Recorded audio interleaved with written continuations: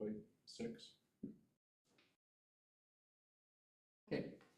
We'll call the meeting of the Finance and Facilities Committee meeting to order at 6 o'clock. First agenda item that we should be looking at are the MPSD District Project Master Plan, Facilities Pathway Memo. We'll take that first, as that was added to the agenda late, so I apologize for that. That's what we'll take first.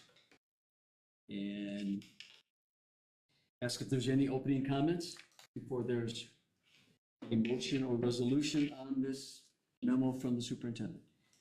So we had, and I don't know if we want to talk about the memo first. We have Mike Clark here to talk just about the borrowing stuff, so I don't know which, if there's a preference of which to take first. I think it's all connected, in terms of, so I just added to it. I wasn't able to meet our administrative meeting when we were reviewing this. And so, I don't, Okay. I was just offering some of the things I believe we discussed there relative to some options, that CISA 10 had suggested. Okay. Well, let's, I think just to help with a little bit of context of what's in the memo, it'll be more helpful in some ways to talk about the borrowing options. And we brought Mike Clark here from Baird to speak with us today. Sure, go ahead. And so let's, I just wanted to revisit and have Mike come and talk to us about pros and cons, Fund 38, Fund 39 borrowing, to kind of wrap our minds around that, because these are pretty heavy decisions as a district. So I'm going to turn it over to him to add some of his thoughts. Sure. I know that a couple of months ago, we had some of this conversation, but we'll revisit some of it. I'll start with the Fund 39 debt, because that's a little easier and more concise. Fund 39 debt is referendum approved debt.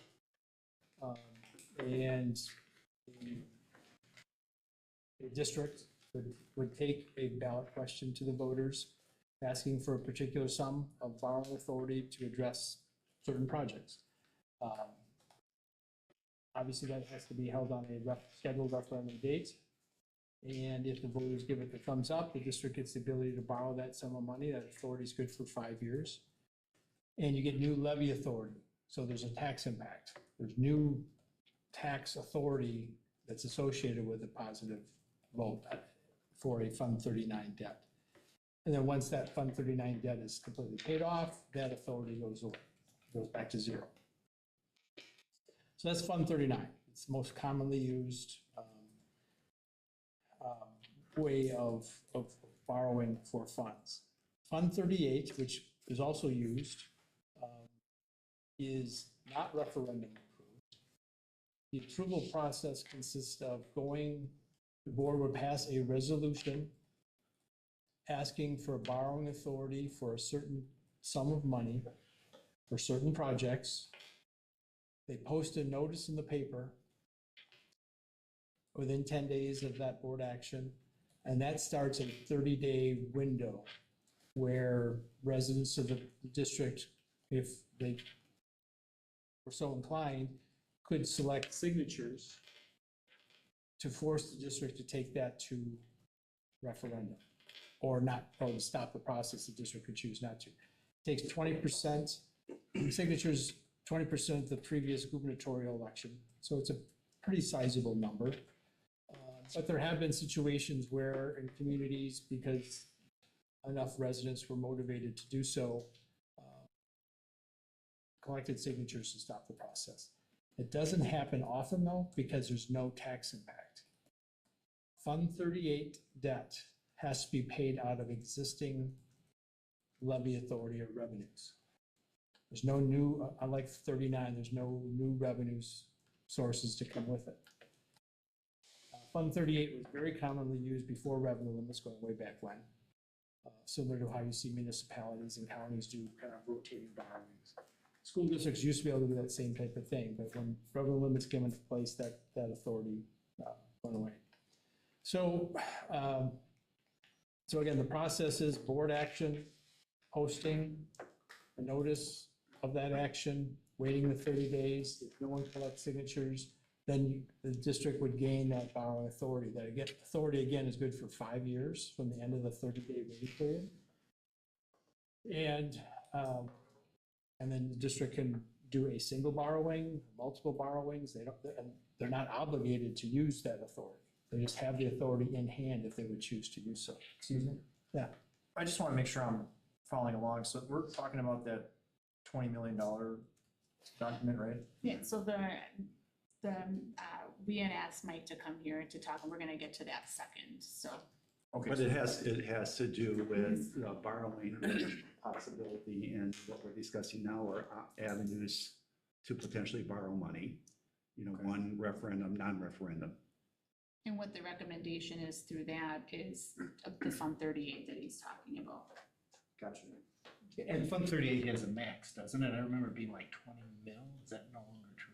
No, there's not, the maximum was the statutory limitation of the school district. The school district, your school district can have 10% of your property Okay. valuation in principal outstanding at any one point. Your property valuation is pretty significant. It's about 3.9 billion, so aside,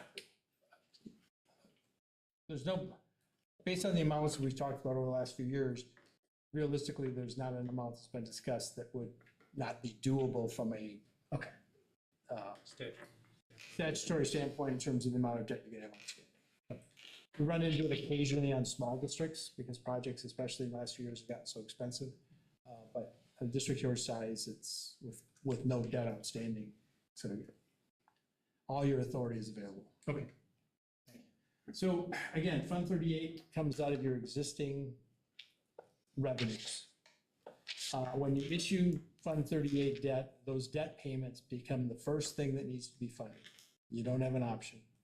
You collect your taxes in January, February, you deposit those into Fund 38 to have those dollars on hand to make your payments. We talked about the process. The timing of the borrowing, it's, again, authority is good for 5 years.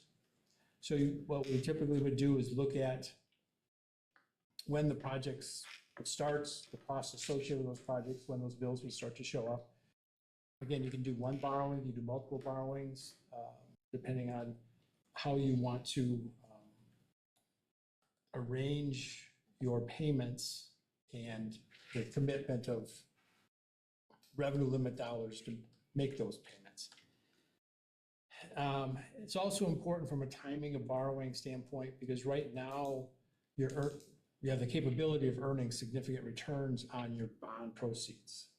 So if, I'm just gonna use $10 million just for discussion purposes. I know higher amounts being discussed, but you borrow $10 million and actually, I'm gonna use 17, I'll use 20 million. $20 million, that's the number. There's certain spending measurements or targets you have to meet from the IRS, or it limits the amount of interest you can earn on those proceeds. Because the bulk of those dollars aren't gonna be used. It's not like you borrow $20 million and you write a check for $20 million. It's starts out slow, builds, and then trickles down, hopefully. That's the typical pattern. And when those dollars are sitting in the bank, you're able to earn interest on it. But the IRS says, we will allow you to borrow on a tax exempt basis, but we don't want you just to borrow and then invest. We want you to borrow and spend. So there's certain spend down. So if you borrow an amount like $20 million, you have to spend 10% of those dollars in the first 6 months, 45% in the first 12 months, 75% in 18 months, and then 100% or essentially, I mean, if you're sitting there with $50,000, that's essentially spent. At the end, 100% at the end of 24 months. Can you repeat that all? Sure.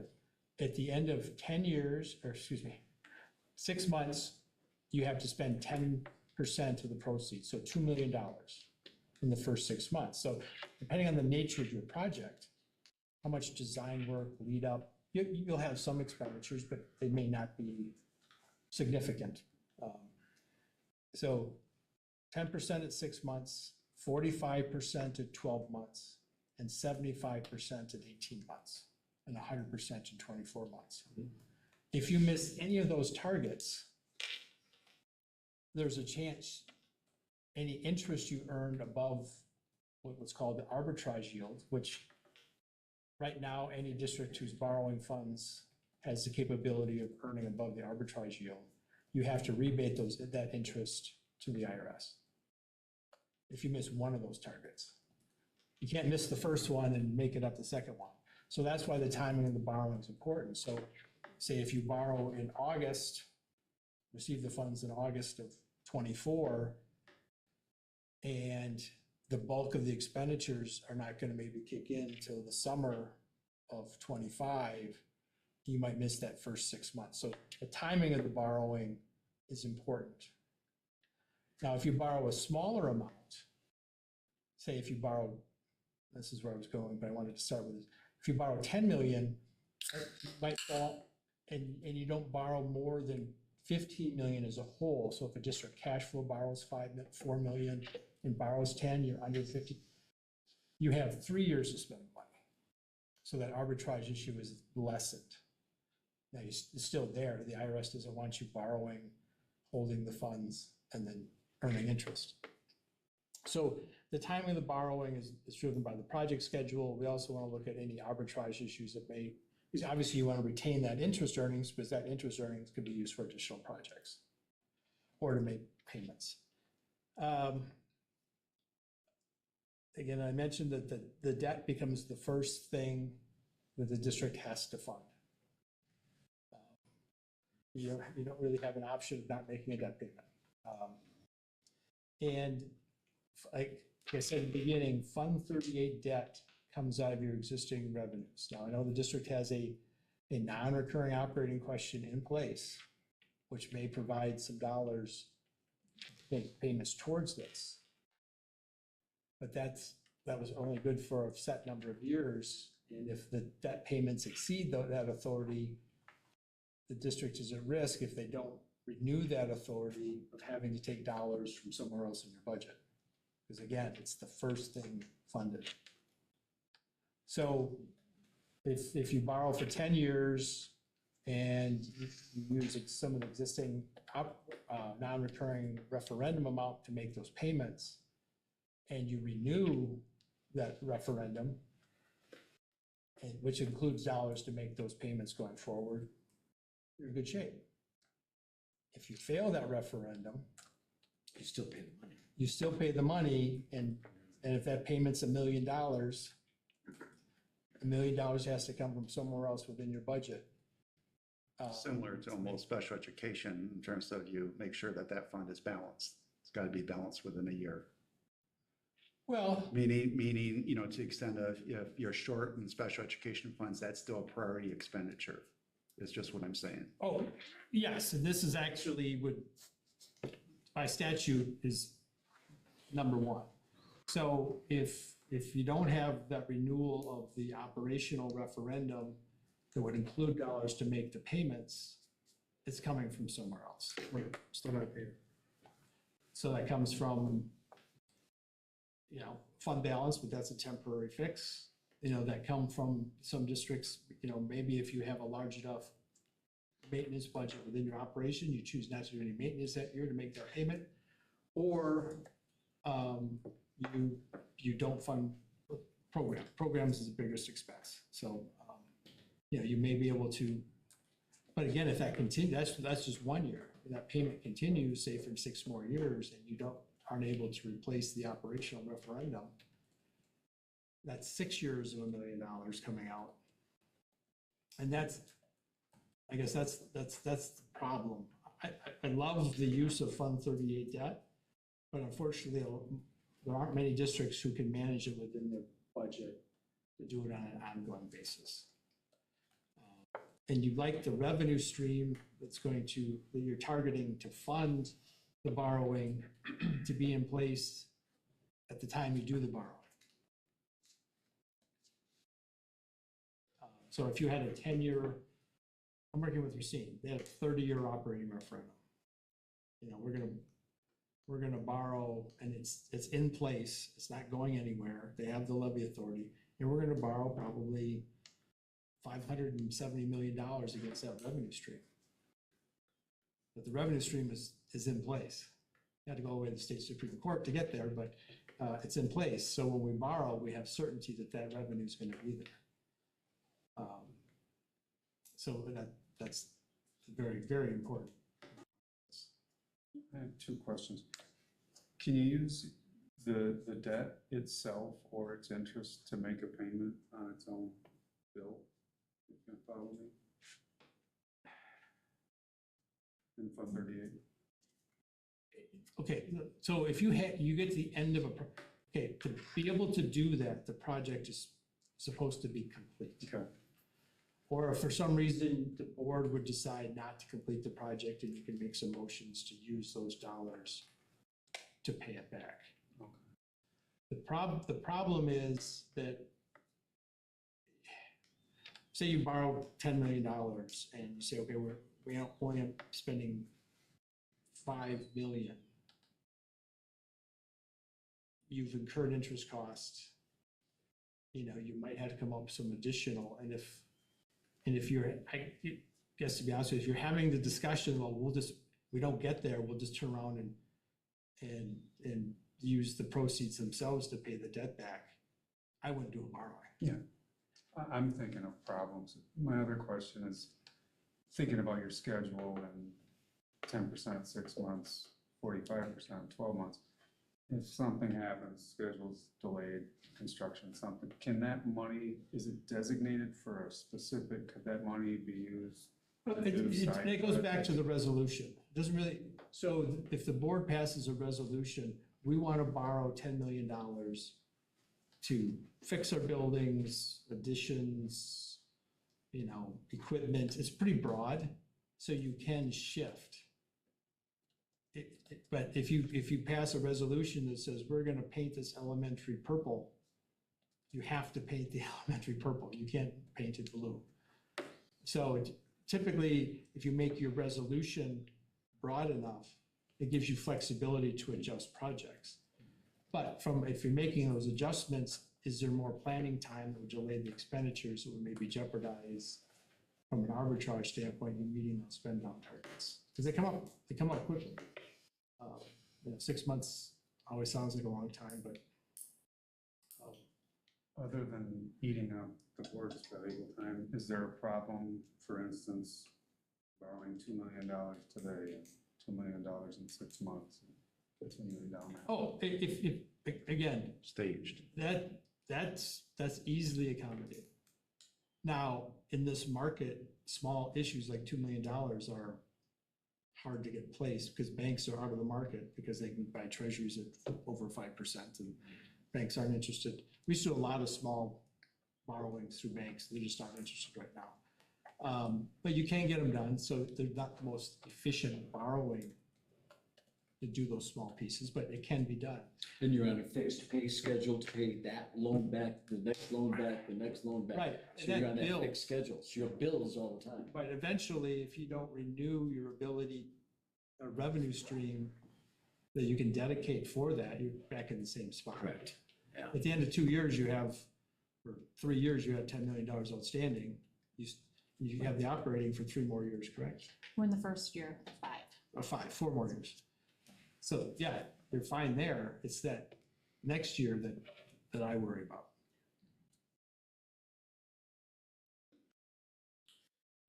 Any more questions? Just as a general statement, I'll thank you. This is very valuable information. But I personally don't think that I'm not in any capacity at this point to even support a borrowing money for our facilities projects, because I really don't know what our facilities projects are. And I have not seen outside of a template, which is done by an outstanding committee of directors and advisors, a template as to how the district can move ahead. But, you know, from the superintendent's office, I haven't seen what's going to happen to individual enrollments in buildings, or what's going to happen to attendance territories, or if we do it at this school, what's going to happen to the attendance in another school? What are our grade levels going to look like? Are we going to put money into a school that in 5 years we are gonna need. I haven't seen that kind of plan.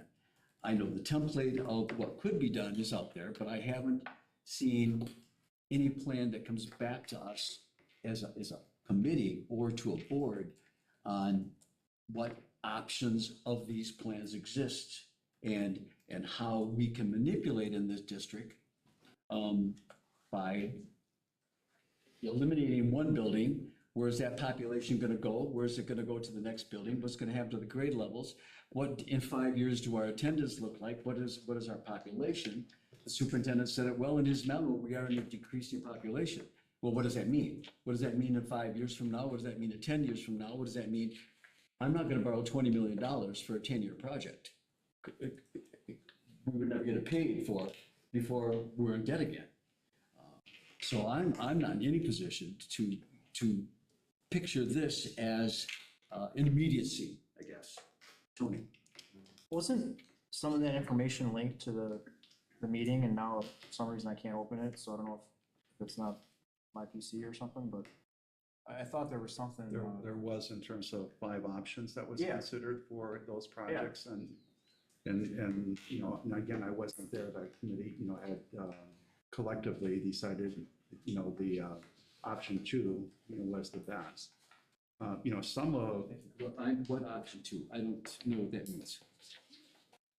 I don't know if you saw this, Keith, but it was linked to the attachment. I saw a multicolored one last meeting. Yeah, and I think This was attached to the memo. Under, Oh, I didn't get that. under, hold on. Where's our agenda? Under, number 2, I borrowing think it might have construction. been linked more, This is up there. so my purpose, you know, for writing this was, you know, to make sure we understood potentially what a long-term solution might look like, given that we finally have an audit of our facilities and knowing that we're paying for space that we're not using. Just to understand the urgency, because what I see is potentially there's a window to get work done next summer, you know, that can start staging us. And my concern was, you know, maybe getting butted up right to the last minute and then missing that opportunity. And so what I wanted to do was suggest, from talking with CISA 10, what might be a possibility here based on useful lives of projects, and it's not a recommendation. You know, but we're seeing that we're putting money into facilities that don't have useful life. And we're funding elementary schools, you know, that we could, you know, from my instructional team who understands more of our population, we could disperse that into other facilities. Okay, so we could, you know, potentially consolidate and save money. Okay, so really what this was attempted to do is put out a plan, and then if this was not necessarily a good plan, what is an option, you know, so that we start comparing options. But my concern is the timing, because unfortunately, we should have had this audit 5-10 years ago, you know, and we have been already, you know, kind of having a plan to fix. So we're between a rock and a hard place a little bit. You know, so that's really what I wanted to do, was to put something out there to create context and to evaluate the feasibility of doing that and not missing an opportunity. Matt? Yeah, I'm happy for this meeting to finally be happening, so thank you for everyone that's present today and listening. So what it seems like to me is the information that we just got from the borrowing specialist. I'm sorry, I forgot your name, Mike? Mike? So, Mike, so what it seems like to me, from my perspective, is I'd like Mike to talk to our administration team or our buildings and grounds and even CISA 10 to kind of try to make a potential proposal of how we could do a structured borrowing at whatever rate that they would suggest that would put us feasibly in a strong position, because of obviously the potentials for interest, making interest, or saving money, just so we don't get into a situation we don't want to be in. But it seems like, to me, from my perspective, this is the first that we've got together to be able to have those questions. No? Okay, so maybe I'm wrong. we brought Mike into, well, for this group, but we brought Mike in to talk to the advisory team. And Okay. so we were, you know, we had shared some of the scenarios and talked about some of these pros and cons there. And then, you know, we were at the stage with the last advisory committee meeting where we had discussed the 3 different options.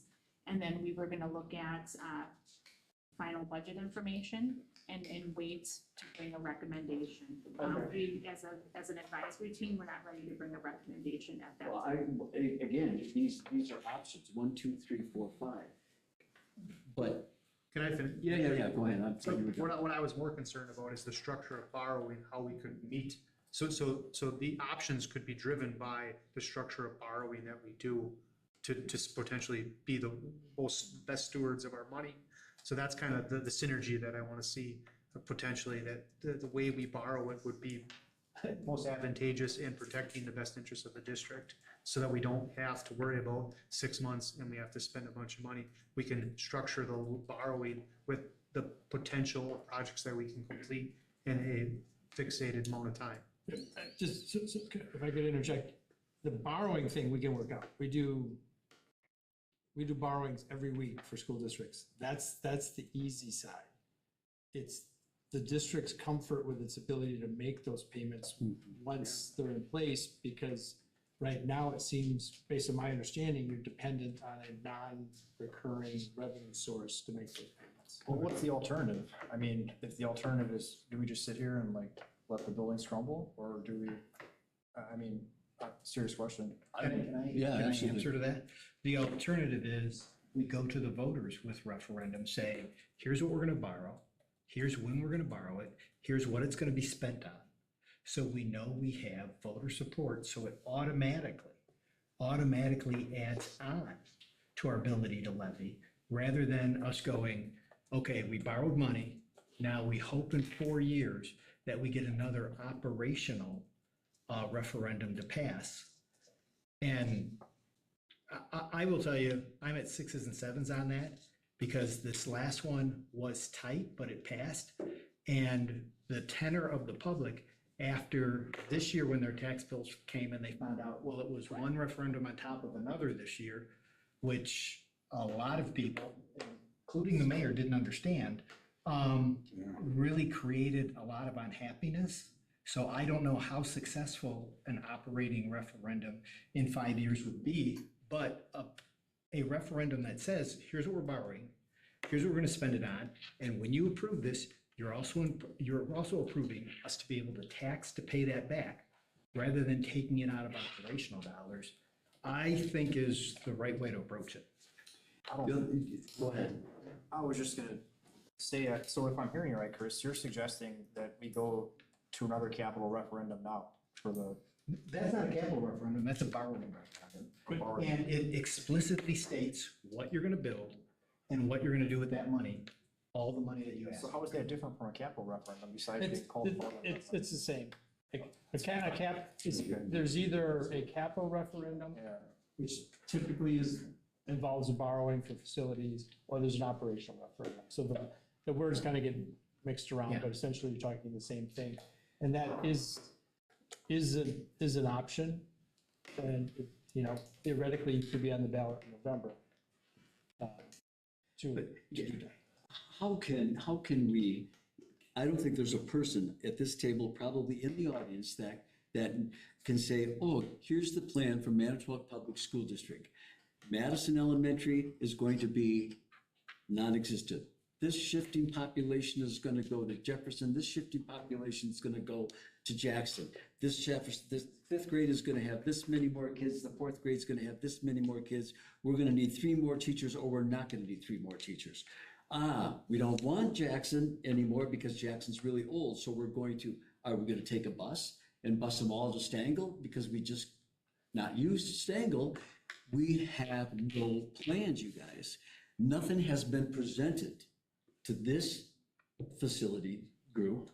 And maybe the executive group has options available, but we have seen no plans. How can we go to the public, run forums, show them our pictures, say this is what we need, this is why we have to do it, when we don't have a plan? We are 3 steps ahead of looking at a development plan, which should come to us weekly, monthly, to this committee, to the board. Here's plan A, here's what's gonna happen. This is where our kids go, this building isn't gonna be used. Here's plan B, this is where our kids go, yada, yada, yada. Tony? May I suggest, I think we could probably walk those paths concurrently, right? So I think while we're finalizing that plan, we know that we're gonna need to fund it somehow, right? And, How do we know how much money we're gonna need? well, If you get rid of we 3 got that schools, 45 million the next 2 years, right? And then 150 the next 10 or whatever the numbers were. So we know it's gonna be some amount of money. And my point is that I think that we could vet and evaluate these options now on what's gonna be the best path forward to fund it. And while we're doing that, we could work through finalizing what are the priority projects, right? And I think it's gonna be some combination of what you guys said in that study, the first 2 years that we really gotta address. So the buildings that we know are gonna be in the long-term plan, and then, while we're, coming up with that final, like, first wave of projects, and I agree with Keith, what you're saying, right? I think we need to have those other discussions on, hey, like, what buildings might not be in the long-term plan, and what is, all the other minutia that eventually you have to get into. But I don't think we need to have that figured out tomorrow. I don't either, but how can we go to the public without a plan? Yeah. Give me $20 million and we really don't know what we're gonna do with it. Well, we know that we have $45 million in the next 2 years worth of priority projects. So I Where's think, that money coming from? well, that's what I'm suggesting is we don't have enough to cover it all, right? So like, we're gonna come up with 20 million or whatever we decide. Where's that 20 million gonna come from? I believe the short-term borrowing is the best route to go, and you guys may disagree, but hear me out on this, right? I don't know how excited and enthusiastic the community is gonna be for $100+ million. I won't disagree with that. Yeah, well, one of the things that I think this is really a rich conversation. We just need to, sooner than later, what are the options? Long-term, meaning the total thing from now, I didn't see one referendum, I saw 2, because it's way too big. And part of the thing that I saw was the potential of starting this work which contributes to solutions, if we could start some major work next summer. And what I needed to do was just have this committee understand, Right. okay, here's that option versus another option. But the funding is all critical. Okay, but I think we're all on the same page. It's just, what is a long-range plan, meaning totally possibilities, so that we can. And I can't disagree with you, but I think from your office, Jim, you have to tell us what the plans look like. Well, If you're gonna move a neighborhood, if we're gonna get rid of a school, if you're going to change attendance areas, for the public to support us, we have to prove to them why that's. I couldn't agree more. We need a 5-year plan, we need a 10-year plan, and we need a projection so we can see neighborhoods. Keith, I think, and again, I'm speaking without really, total confirmation from my instructional team who understands our students, where we could place them, how we could run these schools. The potential of consolidating and reducing through consolidations 2 schools by the end of next year. My concern is, in terms of when do you start opening this possibility of that were our recommendation. I'm not saying it is, but how do we start getting the public in if you haven't even started the discussion, let alone getting architects involved to really know what that cost is and whether or not options are available. Some of the things, Jefferson, for example, is a keeper in probably the center of the plan because it's a restricted campus. We know what that footprint could be really easily. Then we know that we got 2 strong schools, meaning McKinley and. McKinley? Stango. Oh. And Monroe, that really are going to be part of a long-range plan, whatever that is. And then if we could reduce 2, we could easily, I say easily, I'm relying on my instructional people who would be able to confirm our readiness to be able to define those boundaries, because I think all that's important, Keith, what you're saying. I just need to get this discussion elevated so that we are dealing in the context of a whole, and then evaluating the feasibility versus incrementally get in here and all of a sudden miss a year. Right. That's my fear, is missing a year potentially of substantial work, because right now, we're talking about, well, this option versus this borrowing, but we don't know what a long-term range plan might be, I mean, Exactly. if we are going to go for a referendum, which I think is strong in 2 years, are we just going to load this up in 2 years, or are we going to do a short-term borrowing, and then does that put the bigger referendum at risk? Again, I don't know. I felt like we had to put it on the table, Keith. That's all I was really attempting to do. I think here. the discussion is good, but again, borrowing without some kind of specificity of where that money's going is a big mistake. We have some, I mean, we have that plan they put together, identified $45 million worth of priority projects. I've never heard of that before. Well, that's what these guys put together, the CISA 10 guys. And so there's, right? Oh, that, Yeah, yes. it's 45 million, right? Was that the number? That was 65 million. That was the first 2 years I thought it was 45, but whatever, it's a lot. And I think of these numbers. And that's just to take care of the backlog of maintenance that has been done. It doesn't mean that there's a return on that dollar, because you might not want to spend that if you're going to close the school. Well, and the other thing that we have to consider here is, my understanding from reading that contract, we are done with CISA 10 after our 4 payments in December. So if we're going to look at this big campaign, we've got to open it back up to 3 bidders. Where our contract with CISA 10, the quarter payments are up, I believe, what I read is December 2024. I haven't seen 3 bids. I talked to Tony. Tony and I were on texting one night for probably a good half hour with many, many questions that neither one of us could answer. But from the board policy, we need to go back out and get 3 bids. If we're looking at a massive building reconstruction referendum, the whole bit, we got to have 3 bids coming in back into this district according to policy, so that we as a board and a facilities committee can make a reasonable effort. Tony mentioned one that Nexus was a second bid but wasn't considered. I didn't say that. There was never a bid given to the district. That CISA 10 was the bid that was accepted. Well, there's a contract for them, I get that, but there is no contract, from what I read, after that final payment, December 24. So that means we go back out and get 3 bids for projects. correct me if I'm wrong, but wouldn't every project we go to, like we decide doing, would get 3 bids? Is that right? Yeah, I mean, the contract that we have with you is an owner's representative contract. We're just guiding the way. Right now, we're suggesting that you hire an architect to get some of the plans that you're suggesting that you need. The plans, and I'm sorry, it's hard because I've been talking about this so long and I feel like we do have a plan. I totally understand what you're saying, Keith, about not having a redistricting plan. You're looking for a redistricting mapping plan. Right. What we're suggesting as a step to referendum is that we're real safe putting a lunchroom on Jefferson. It needs it, and it's not going anywhere, and it doesn't change anything. Along with that, what we landed on in the committee level was that we renovate Stengel, because we would need that, in my mind, to close both Jackson and Madison.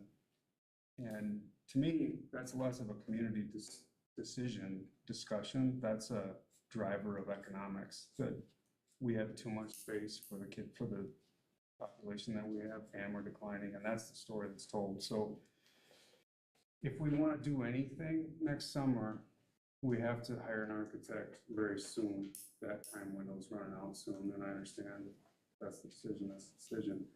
So that's where I was pushing this multi 1 through 5 plan. The other page is a 3-tier plan.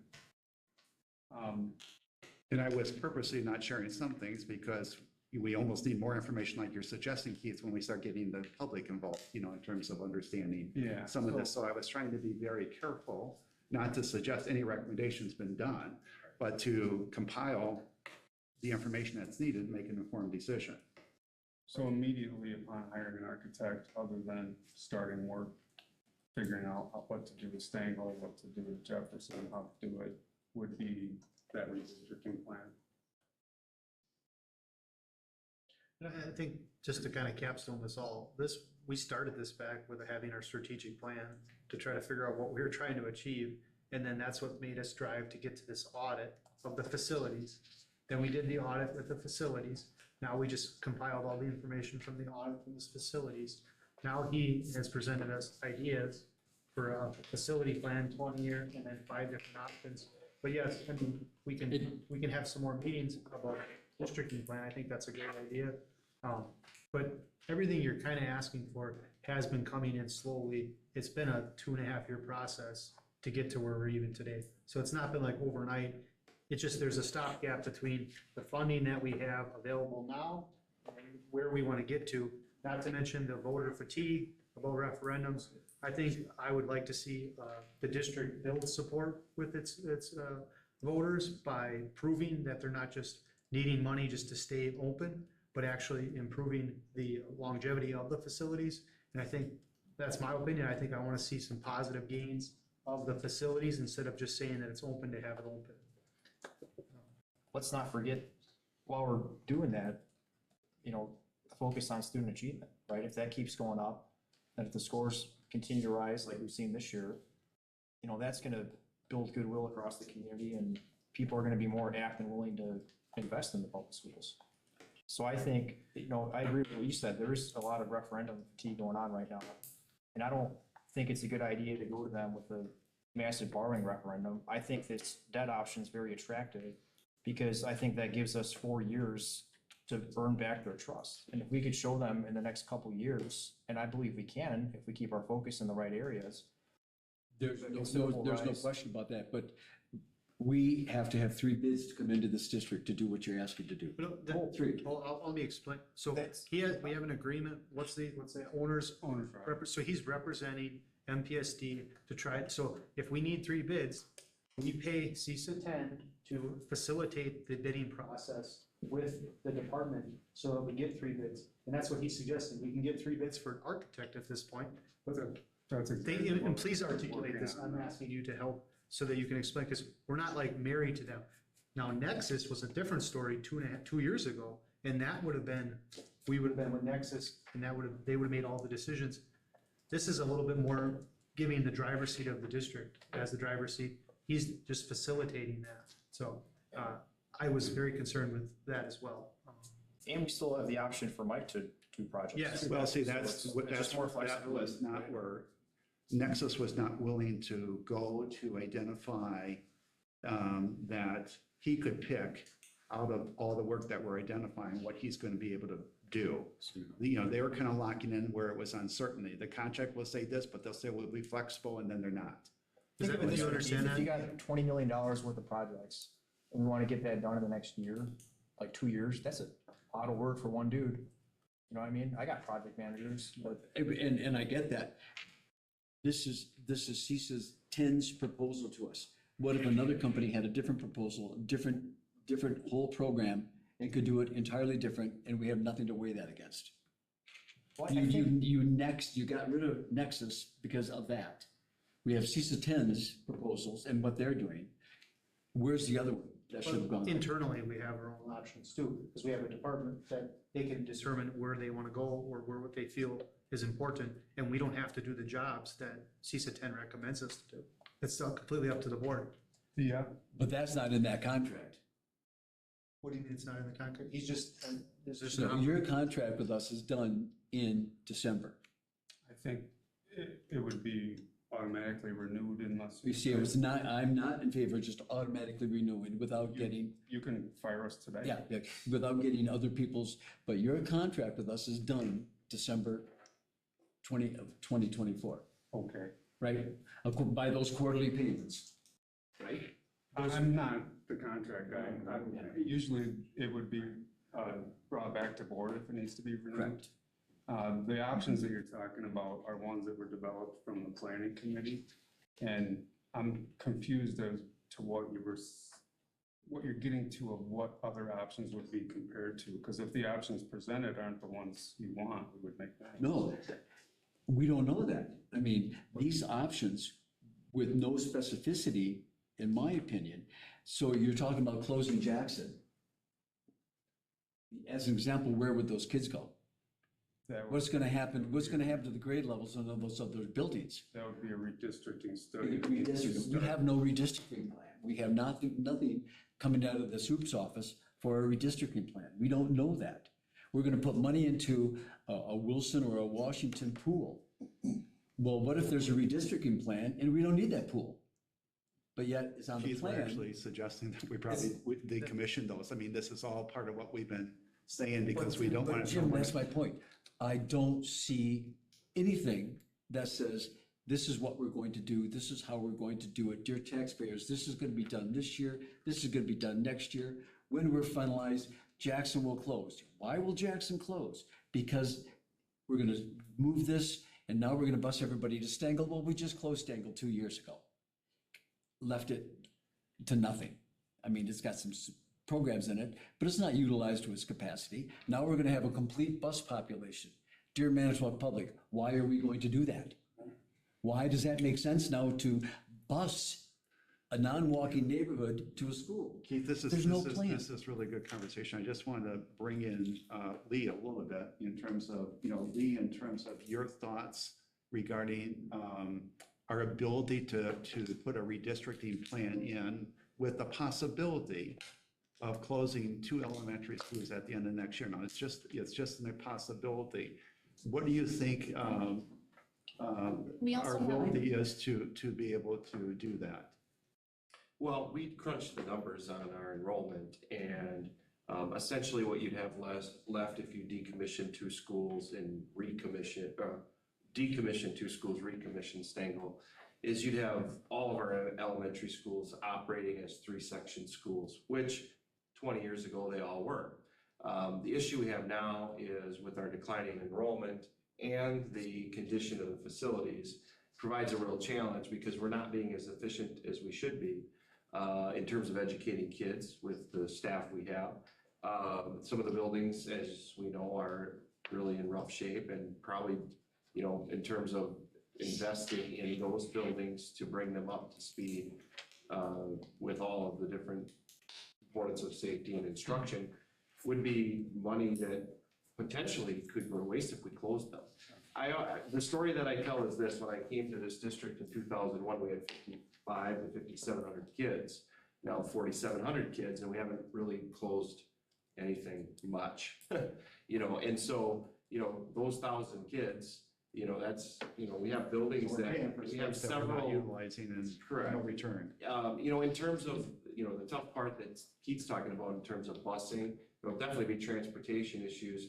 One of the thoughts to consider about the Stengel building is that the plan for the mall area over there is to build housing.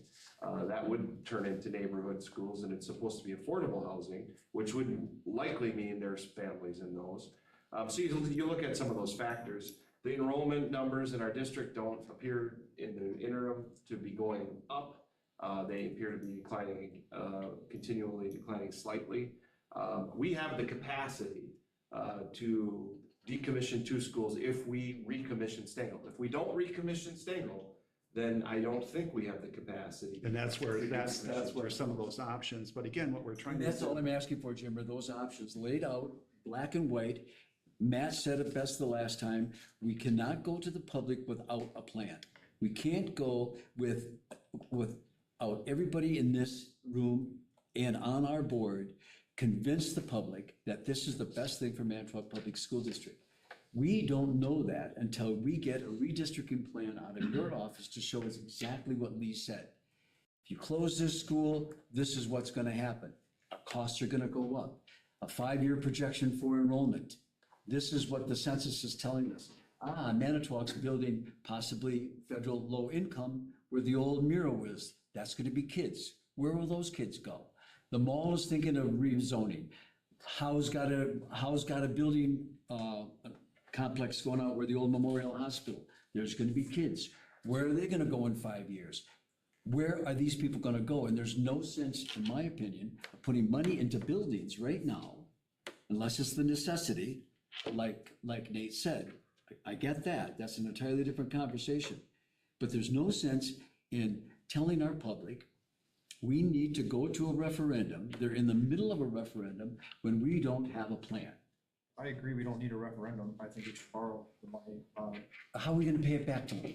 Well, What if the I think, referendum fails? well, I think, what if our buildings fall apart? What if some kid dies because That's the not roof gonna caves in? I mean, that's kind of the track we're on if you look at like how we've taken care of buildings.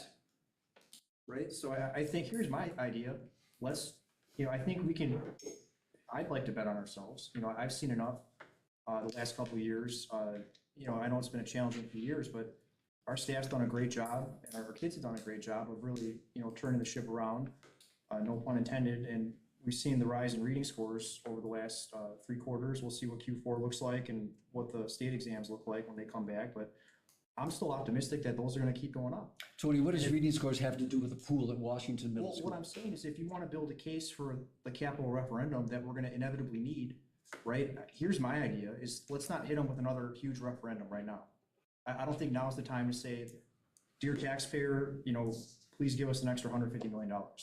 I think the prudent course of action would be, let's do the borrowing because that's zero impact to taxpayers today, right? That buys us 4 more years of hard work. And if we keep focused during that 4-year stretch and the community sees our scores continue to rise, reading, math and everything going in the right direction, that conversation becomes a lot easier.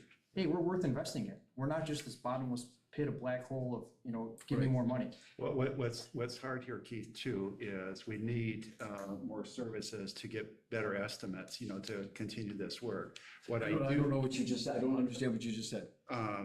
the architect, until the architect, really identifies whether or not an addition can be put on Jefferson and what that cost will be.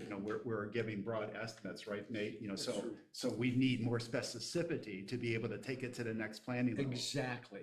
But what I'm saying is, it's, in what we're careful of, it's hard going to the public until you get that types of cost information. Totally agree. To have options. And so, Our main recommendation over the past couple months is it's time to get an architect. Pardon me? Our main recommendation over the last couple months has been it's time to get an architect so we can start planning. Can we make that However, motion in this committee? we can, but I don't think Keith is on board with what I'm proposing. So we're proposing, at the last committee meeting, we're proposing an addition to Jefferson and renovating Stangle. I don't think you're on board with renovating No, Stangle. I'm not ready to, I'm not So ready to do That would that be a yet. main scope piece of the RFP. of- Because that would require borrowing money. All of us would require. Correct. The lighting contract that we have with you now, we have a lighting contract, right? That $1.2 million, Right. okay, where's that money coming from? Where's the 1.2 million coming from? Where did the board pass? I don't think it's 1.2 million for the lighting. Yes, it is 1.2 million. It's like 100 See? grand, right? No, 100 grand for the lighting Where's it project itself, but just from, it was gonna be planned within the budget, that's what the discussion was. Tony, you and I had it in our text conversation. I asked you the same question and you said you didn't even know it was that much money.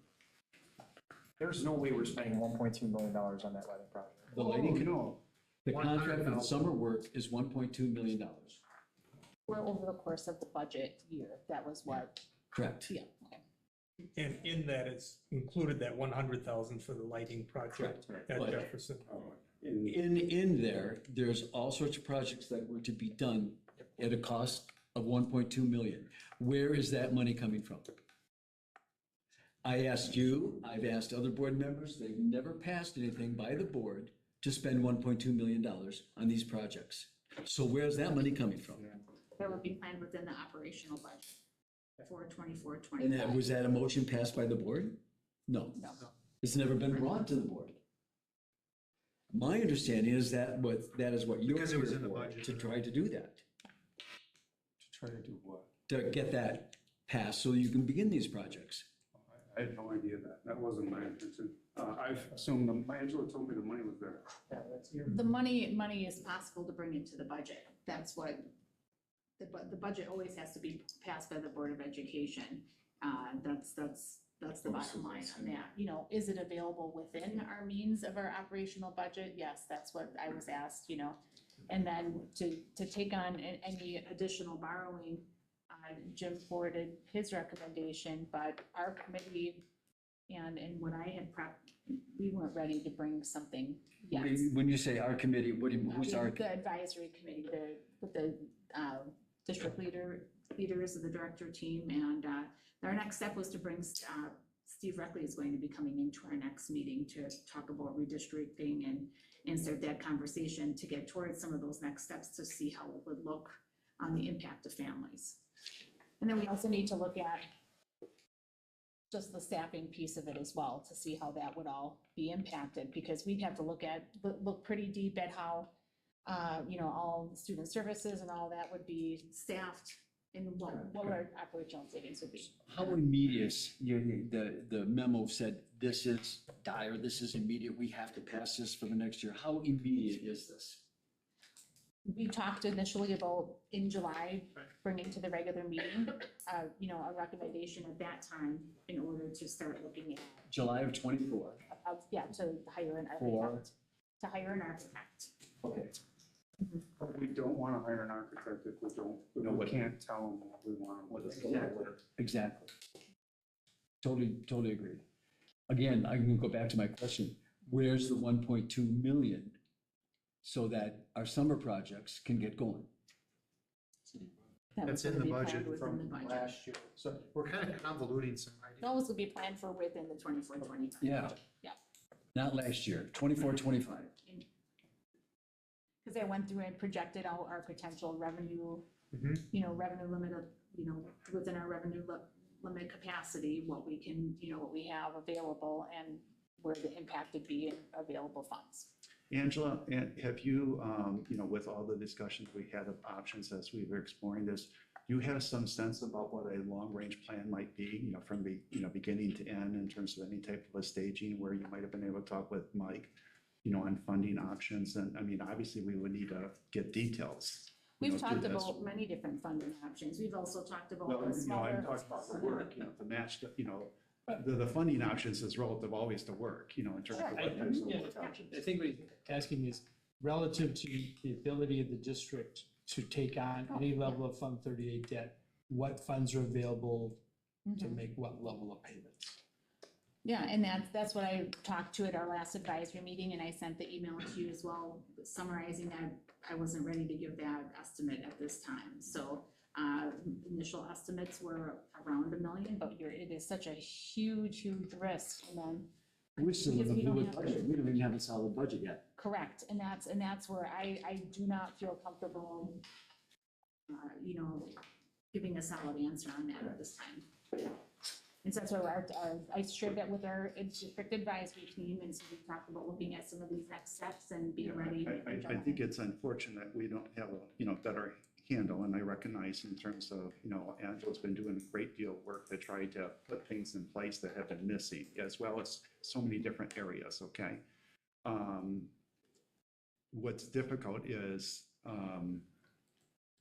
time is money also, and there's the potential loss of money you'll have no return on.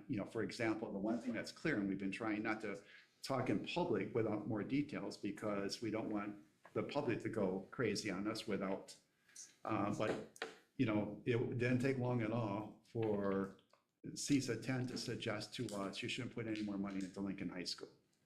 However, you can't, not because of safety reasons and because, that building could deteriorate so much faster, with water coming in with windows and the roof. You got to do some things, so it's really how to extend the life, knowing that you're just buying some time, but not really going to have a long-term return on that money that you spent. Same thing with the 2 middle schools. To the extent that we could put minimal money into that, the closing and build the new, would potentially provide the best return on the money. All these things have to have plans, but I just know that we got 3 terrible facilities that are being like that old boat in the water. You just keep throwing, so we're between a rock and a hard place, Keith. I'm not, I'm only wanting to make sure we elevate the discussion so we have an understanding about what kind of options might we have to stop the bleeding and make some progress. And I'm not gonna disagree with the thing you said, is that how is this plan gonna get rolled out to the public? When is, again, I'm gonna go back, because it is your responsibility to go to the public and say, Here's our pictures, ladies and gentlemen. This is what's gonna happen in 5 years. This is why the board is considering this plan. This is why the board is considering this plan. Here's our option, ladies and gentlemen, every place around this community, from the Rotaries to the PTAs, here's what we need to do. This is what we're thinking. This is why we're thinking it. And this, if we do this for Jackson, your kids are gonna go here to Stangel. We have to bust them because, boom. If they go to Stangel, we've gotta put this much money into Stangel because Madison and Jackson aren't feasible anymore. This plan has to be articulated, or I'm not gonna jump on the bandwagon to go to the public. Yeah, I'm so much for with you. We're in between a rock and a hard place. However, that's, I gotta elevate the discussion. And if we're done anything, we're doing that to recognize the complexity.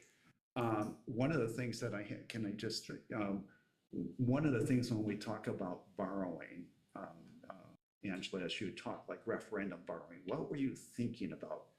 Right away, 24, I mean, or in 2 years, from a referendum. I'm thinking about it, right now, everybody had a sense that we're gonna need a major referendum in 2 years. 150 million. Well, we've run financing plans based on 24, 26. We've had phase plans going out as far as 30. Sure. Just to give a sense of what impacts would be and how packaging referendums, because I would agree it's not a Yeah. single referendum effort to make up for a lot of years of Yeah. Right. lack of substantial investment into facilities. I was just walking through it, and maybe this, so we'll start out in 28. Unless you become very unique, you'll be back out to voters to renew your operating referendum in some form or another. So that's, because that last year is 27, 28 of your existing one. So you'll be back to the voters either November, well, there's November 27, so either April of 27 or April 28. Then if you want to have a referendum in 26, that's, say, November of 26, that's, so you have, what, a 2-year gap between that. And so if you don't want to do anything sooner, my fear would be if you try to double up in 28 on your operating and your facilities, because the trend, we're hearing it from survey results from districts. I just talked to 2 districts today that came in under 50% support in the survey for what they were trying to work towards. Survey results are not as strong statewide. Yeah. Now, there's exceptions. Yeah. Success rates have fallen for several years, 3 or 4 years. We were definitely in that 70 to 80% success rate. This last April, we were in the 60, 61% overall. So I think, that's. This is a real dilemma. Mike, what percentage of schools have typically those facility referendums that are pretty much being somehow renewed, where they kind of set, almost like an operational referendum, where you try to set up a pattern where you're maintaining a debt load? We don't have, obviously, we haven't done that. That's a big issue. The districts that are seeing success and are districts where the last one's fallen off. And Exactly. You're replacing. We don't have that. And you don't have that. We haven't established that need for, Well, from it a was a- facility and an operational. It was a level practice plan. of the district where, there were several Fund 38 non-referendum borrowing to do, the district took advantage of some of the 0 interest rate loans back in the, so that's how the district had funded some projects. But if you wanted to time out things, that's what you're looking at upcoming. And if you want to do your facilities in referendum in multiple phase, then you may be looking at it, maybe a 2030 referendum, if you're discounting 24, which to me would be difficult to get something in place by that point. Okay, yes. Under planning, so what I'm hearing is, I think simultaneously, we could give a directive to the superintendent's office to make an attendance mapping plan available to us, as soon as possible, so that we would have the information of how kind of Mr. Tennis just talked about in a written format with a plan of how to work out meeting the needs of all students in the district with a falling attendance. And then simultaneously, I would make an idea of just taking out of general funds to start, so we need to have a plan, you need to have an architect to make the plan.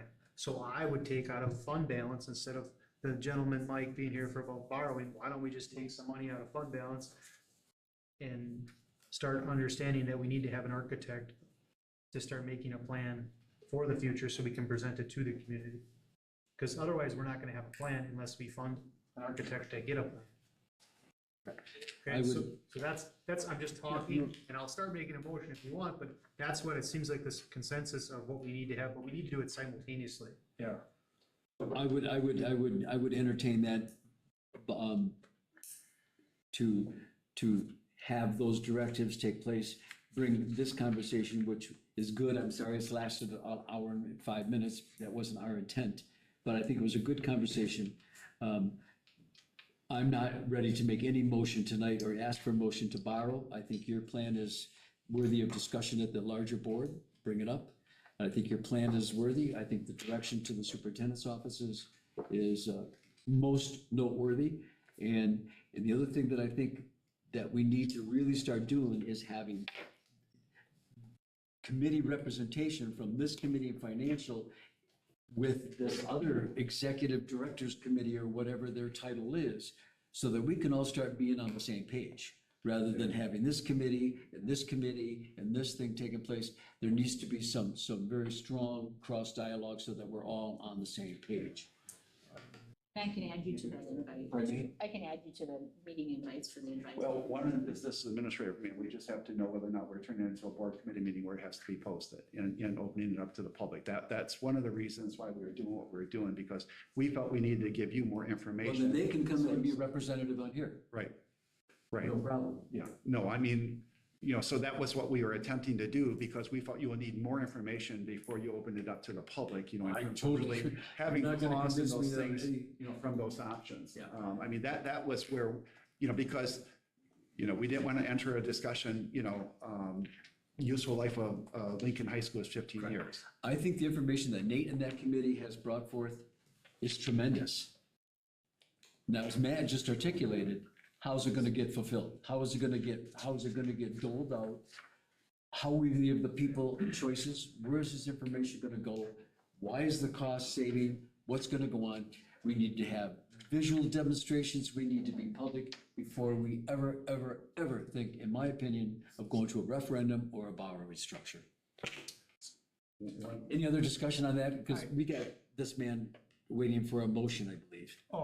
Yeah, but I feel like we have to get some more information out. If the board takes up a conversation, a full board about hiring an architect, I'll need to know more information. And I don't know if we can come to that conclusion right now or not, but Don't you need something from us tonight to get started on this lighting project for Jefferson? that's the next agenda item. Okay.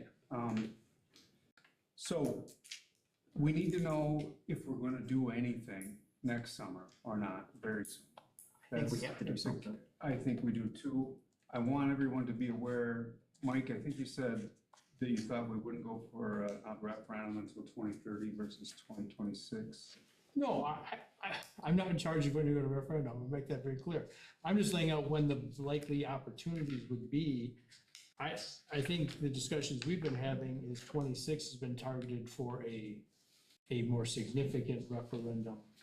Now, if you break that into two phases with the need to go back for your operational in 28, I'd be hesitant to double up there, which means you're probably delaying phase two, if you would break it into two pieces, until 30.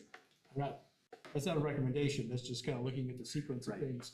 And- I just want the board to be aware that the plan that we had laid out to try to do some things as fast as possible and tell a story with minimal amounts of funds does not take into account fixing many of the major problems. We were relying on Mike to get Washington and Wilson through referendum, hoping that would pass. If we get information during referendum planning phase that the city's not gonna support a large referendum, we'd have to go a different direction.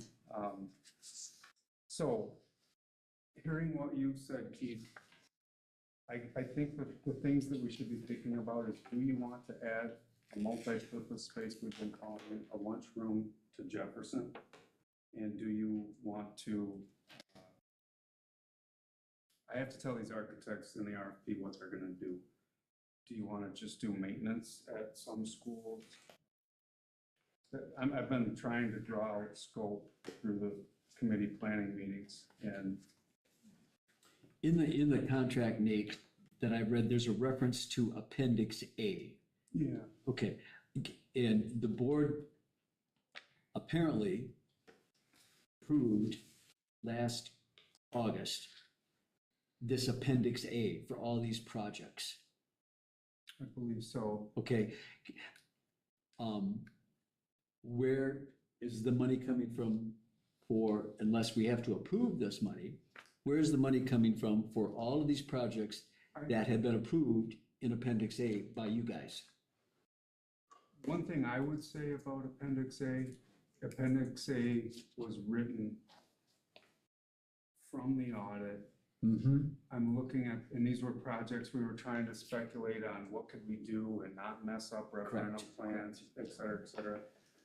Mike has taken many of those projects on. We have a group have decided. Okay. There's a lot of risk in a lot of them and punted, lighting is what we've got on the table right now. Right. Having me run, this is an issue of, there's a lot of needs and Mike is only one guy. Having me run projects for $50,000 is not a good bang for your buck, but you don't have anybody else to do it. I know I'm not really answering your question. No, I get that, I understand I that. don't know where the money is coming from, but I know that list was intended to be very fluid. If you're going here, I don't know if you are, it's money that could be spent, if it's indeed there. It's Exactly, money that could be spent for an architect. correct. Yeah. That's why I looked at that Appendix A when I delved into looking at the contract, and the board approved those projects in Appendix A. What are you looking at? Are you, Where are they, where's that money coming from, and how did that get approved without the money to back up all of these projects? How can a budget be approved, projects be approved without money to be there to back them up? I don't We get had that. these conversations. I know, I'm asking the board members who approved that, I don't get it. Still working on finalizing that. That's part of what we're in the process now. So we've just finalized, doing CPI adjustments. It takes time to load in. We're getting final information on insurance, all of our liability insurance estimates that'll be finalized in the next week. That all has to get into the budget. So I know. just takes time. So Mike, how many on that, if you had a checklist on that Appendix A, how many of those things have we been able to do for next year to get our buildings ready? How many? I'd have to look at that list and I get go down, but, I get that. okay.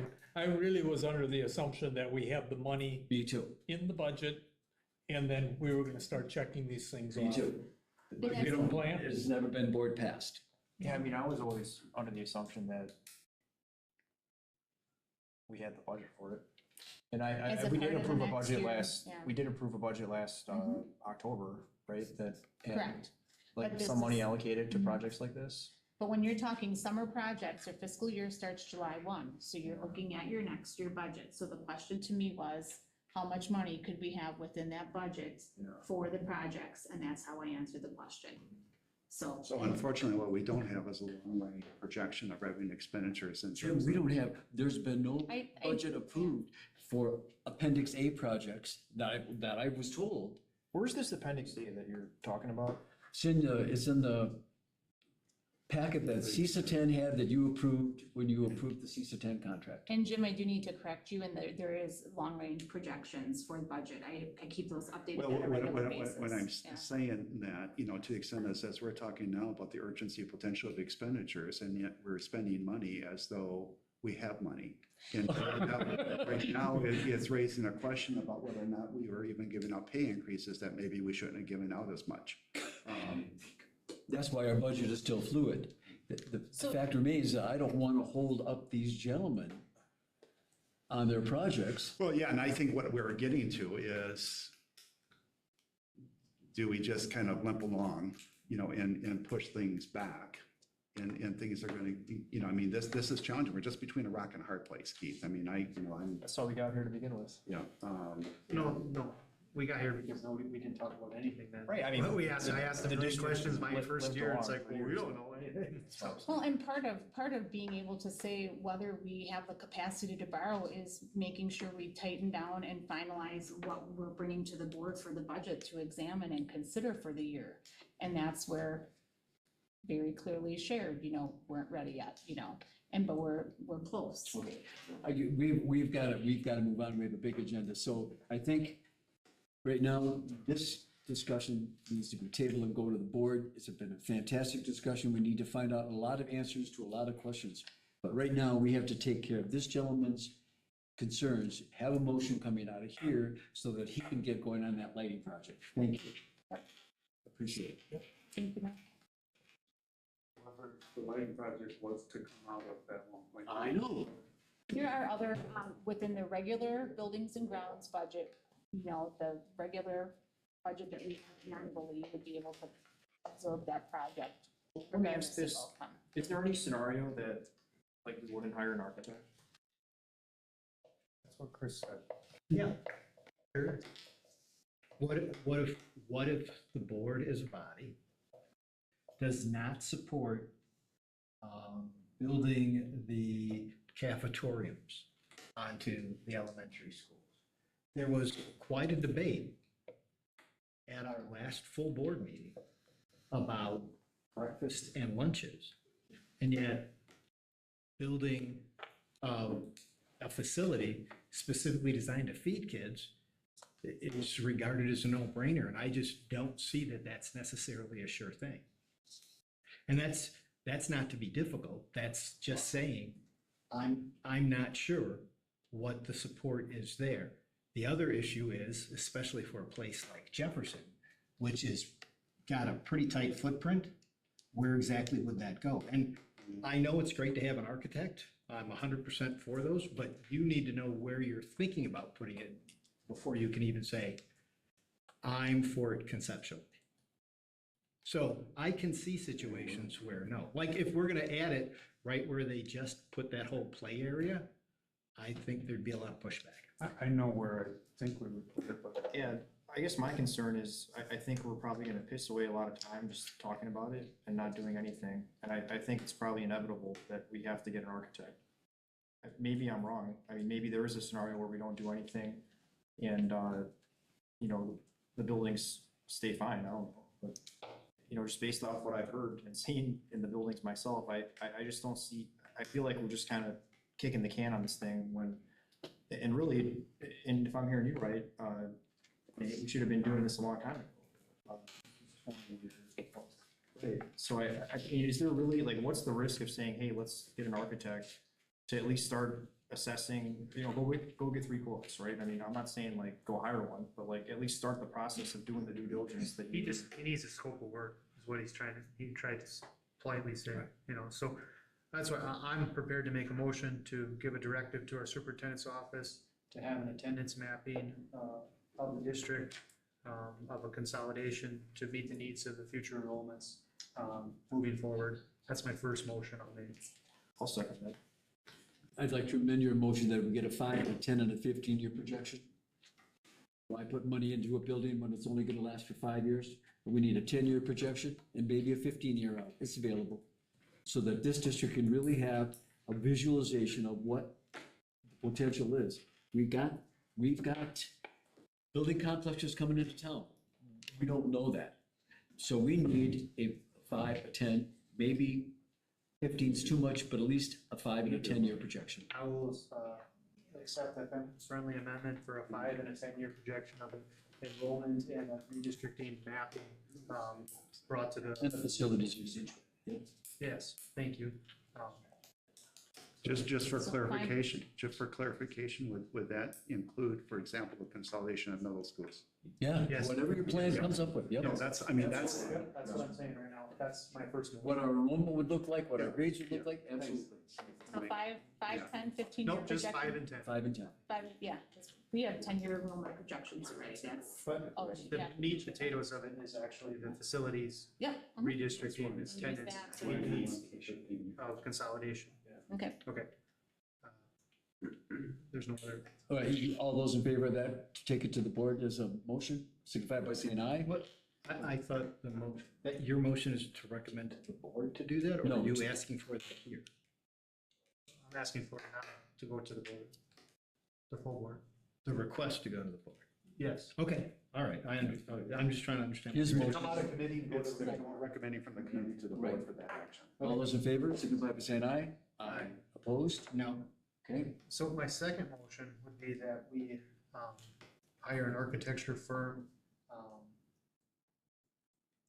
to start to partner with some ideas to narrow down a scope and sequence of potential facilities in the future that need repair or consolidation. That's a pretty broad statement, but that's kind of what we need to have though, because we need to be able to plan on adjusting the facilities that are no longer in use, but yet also to be able to utilize facilities like Jefferson to their full potential, potentially. So that's my motion. I would just, it's something, well, I gotta wait to see the second and then I'll. there hasn't been a second yet. I'll second for purpose of discussion. I would just ask Nate's comments along the way here because, Sure. we'd be obviously relying on him to understand the scope of the work to be able to put some of these in place so that we actually do, we're able to deliver on You terms need of an what. architect to do what, Nate? The RFP that I have in the works at the moment was a two-phase at the same time project of whatever this is to try to do something next summer and referendum planning, which is a lot of the information that you're asking for. It would include redistricting studies. So that architect would coincide with all of the options and scenarios that the superintendent's going to give to us. If this happens, your architecture is saying, this is the cost. If option B hits, this is what you're gonna do. If option C hits, this is your architecture. That's what they It's do. true. It's hard for me to say or to think of some of the things are so obvious facilities wise. I would start there, Population wise, that I know the right thing to do is to close the middle schools and build a new one because of the excess side. That will become an option. Okay, correct. Correct. But you need architects to be able Yeah. to, and So- footprints and I are have- place that's else. why So does his motion make sense to you as to what he's looking for? It does in a way, I think I want the board to understand that I need to tell them that a piece of it is referendum planning, and if everybody's okay with that word. Is a piece of it is what? Is called referendum planning. Yeah. Their fee is X, but they don't really do a lot of nitty-gritty architectural design until a referendum is passed, and then they start designing a new building, that's all the heavy work. So are we putting your request, his motion, ahead of the cart, or do we get this information out of the superintendent's office I don't before? think you are. Huh? I don't think you are. What concerns me is our indecision on whether we should do anything real next summer or not. Okay, when is the latest you have to have that decision? Yes, sir. I don't think there's a lot of. Yeah, what is the I latest you know. have to have that decision?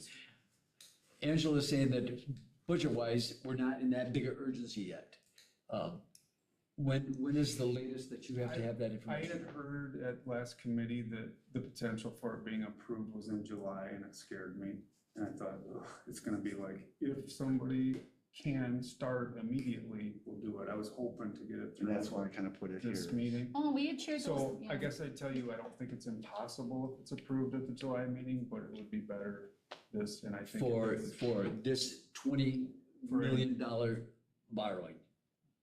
That's well, we had put 15 as our best plan, however, that involves a lot of work that you're not on board with, so I don't wanna do that. Matt? So yeah, we need to have a plan presented to so you can't get a plan unless we move forward with an architecture. Right. And that's what you could use your due diligence by saying, hey, let's get a plan on renovating Stangl to be a part of the plan. Maybe that's phase 1.2, or maybe that's phase 0.1.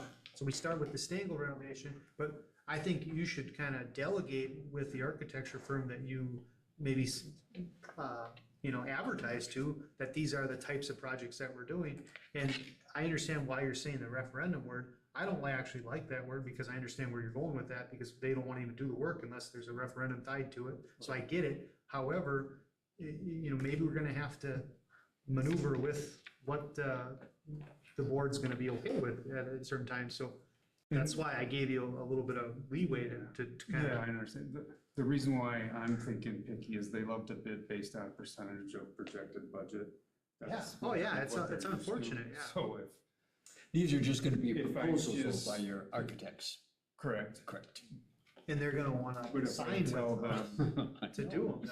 That's what, and I'm saying, I mean, maybe, the Stangle project, I've done so many times that I know what has to be done and I can visualize it, like, I don't know that we need further input. that's where your discretion and your input about which architecture firm we hire, depending on what project we're trying to do.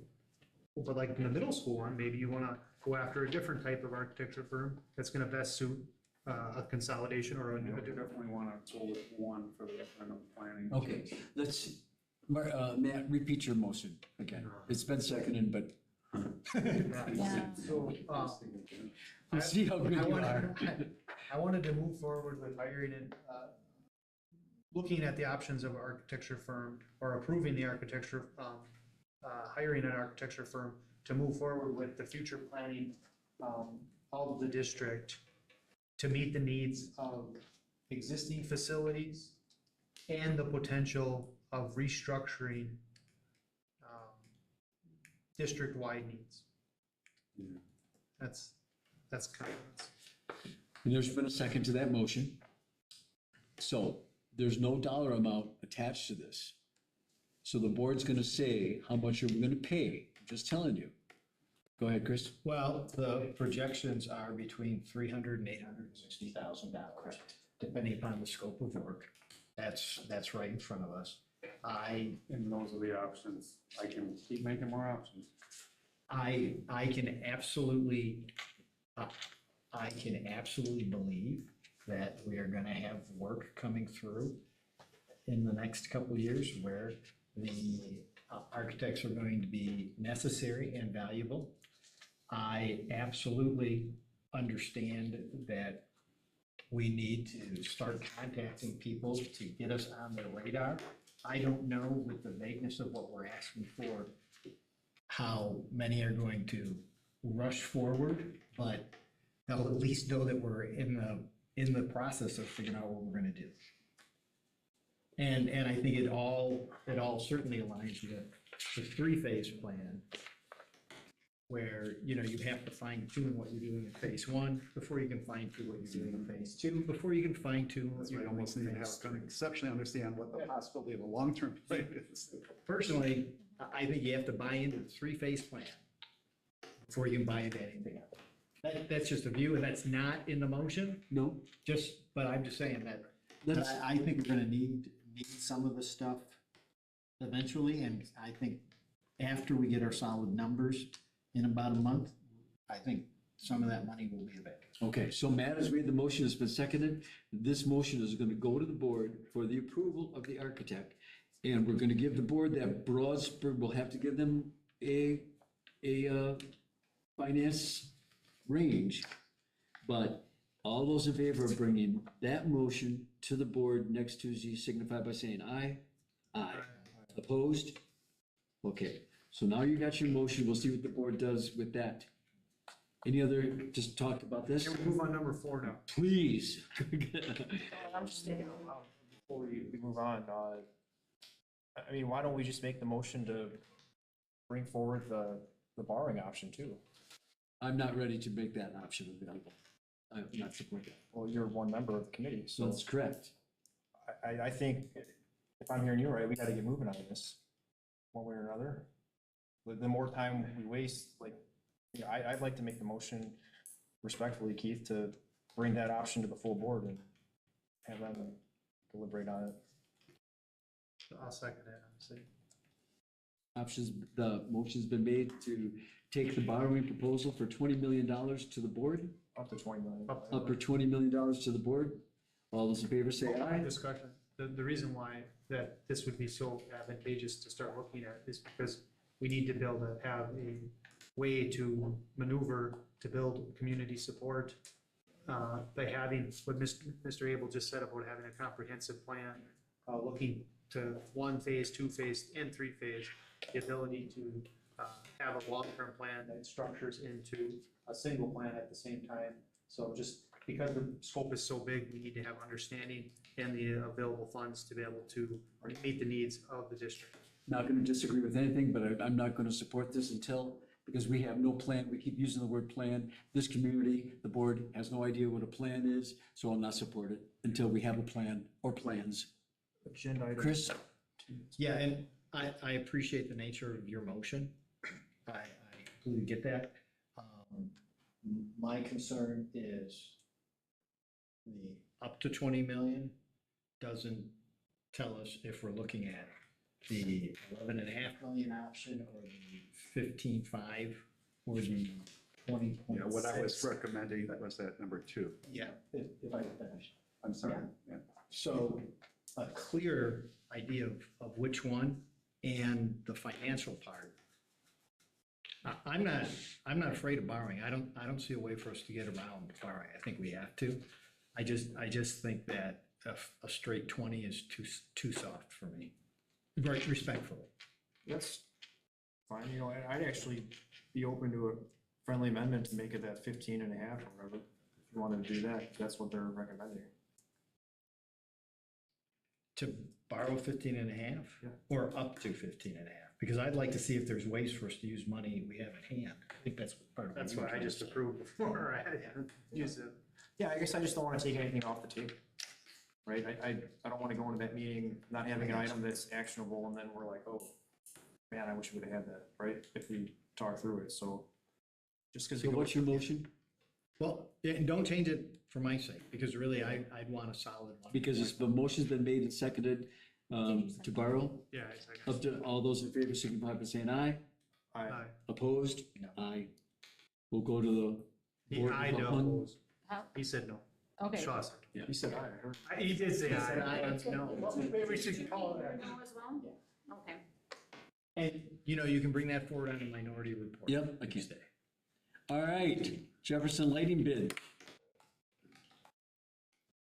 Okay, I don't. Can I just clarify what Chris mentioned in terms of a minority recommendation? When there is no solid motion, it goes to the board anyway for discussion. The board goes to an open vote. Okay, I just want to make sure logistically we're going to get on the agenda or Absolutely. If whatever. something fails, somebody who supported it Yeah. can bring it We'll forward. come back. So I was just thinking of getting it on the agenda, that's why I'm thinking of this. Somebody has to say. It can be on the agenda, you bring it forward as a minority report if you're one of those who support it. Asking for it? What,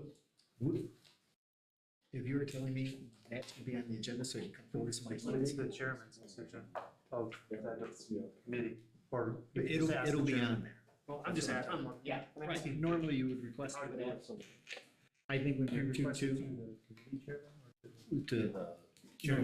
Yeah, gotcha, I understand. Okay, so It's been a while. we're on the Jackson LED lighting bids. And the recommendation is for Nate, correct me, out of pocket from the district is 166,000. Yeah, the net cost after incentives from Focus on Energy will be 84. I think initially your out of pocket would be 106.66. Okay, so you need a motion out of here to go to the board for $166,000 for the lighting project at Jefferson Elementary. And Angela, where's that money coming from? That would be within what we planned for the 24-25 budget. Okay, So, I need a motion to do I'll make a so. motion. Thank you, Matt, second. Thank you, Chris. Any discussion on that? What did you say about with the after the rebates? It was the total cost of the investment would be around 84,387. Yeah, 84,4. That's important to have. on record. 84,387. I think All right. it's, All those in favor signify by saying aye. Aye. Opposed? Okay, that'll go to the board for a full motion vote Tuesday. Okay, I can be really quick. On the next one, the project planning, or did you want to talk to the pools as well? It's right on the agenda, pool assessment results. We skipped number 3, the project planning. I'll be super brief on this. Oh, I'm sorry. And we had just a couple of projects in here we needed to discuss, and then these also will be planned for within the 24-25 budget. So overall, and attached to this is a master plan that we have, our director team got together and 2 occasions, and we are using just a program to put this together, plan of our projects, so we can update you guys on a regular basis. This reflects the summer projects. For the memo itself, we have, most of these are through Fund 46, or the first one is the district cameras, 3 main projects we want to talk about. Cameras up at Lincoln are a huge concern. It's been expressed on many, many occasions, and this would include moving to a different kind of camera system. I think it's called Verkada, is that? Yes. And then it's a very, very high tech, very, very good move for our district, very standard equipment. Jessica Dupre worked on putting together the quote, and looking at the projections that we have for the budget. The tentative plan is to use it through Fund 46 dollars, which are available, and that analysis was put together in another document that's on our agenda. Also, Infinite Campus Workflow Suite would be kind of swapped out for funding with SEEDS, which is a program we're planning to discontinue for the 24-25 budget, which was used to write IEPs. And then the third one is ClearGov, which is more of a transparency tool for budget communication, strategic plan communication, capital planning communication. And that would be comes in less than actually taking out our ALIO expenditures, which is our old financial system. So really the only add per se would be the district camera upgrade, but those are, pretty significant purchases that I wanted to make sure that we talked about. So are they separate or are they all bunched together? You could group them together, I think, if you want to. It's up to you how you. Mike, any discussion, anything on any information you want to add to these that? Put on the list on cameras, I have nothing to add on. Cameras, Infinite Campus Workflow Suite, we're working on that with Jessica as well, and then ClearGov is business office budget. So I have got nothing to add to those. Okay. And all of these are all fundable out of Fund 46 because we have that money in there? For the cameras, and then Infinite Campus and ClearGov are gonna be out of Fund 10 within our standard budget outlay. And it's in their money in for that? Yes. I need a motion to approve all 3 then. I'm sorry, I had to use the restroom. Did we address the lighting already? Yeah. We approve that. Okay. Then we jump back to project. Yeah. A motion to accept. Just so you know. I need a second to approve these funding requests out of Fund 46 and district money. Second? I'll second it. Any further discussion? If I think we are. And I apologize, but my bladder can't last for like 3 hours. The camera quote Mhm. and there was that Infinite Campus quote. It looked like those quotes were past expiration. Was there any issue with that or concern? No, those were still going to be held at the same amounts, and actually, Infinite Campus one is probably going to go down a little bit because they had the number of students a little higher on that, and so I'd ask for an updated quote. That's the highest it would be, so likely it'll be lower. So I'll be supporting 2 of these, but not one of them, so I will be voting no for this, And which one are you opposed to? the camera one. Okay, For, so now we'll take, it's still, the motion is for all 3 of them. And it's been seconded. All those in favor of passing this motion to the board, say aye. Aye. Opposed? Nay. Motion passed, goes to the board. Thank you. pools. I passed that information along on these pools. We had, who was our engineer?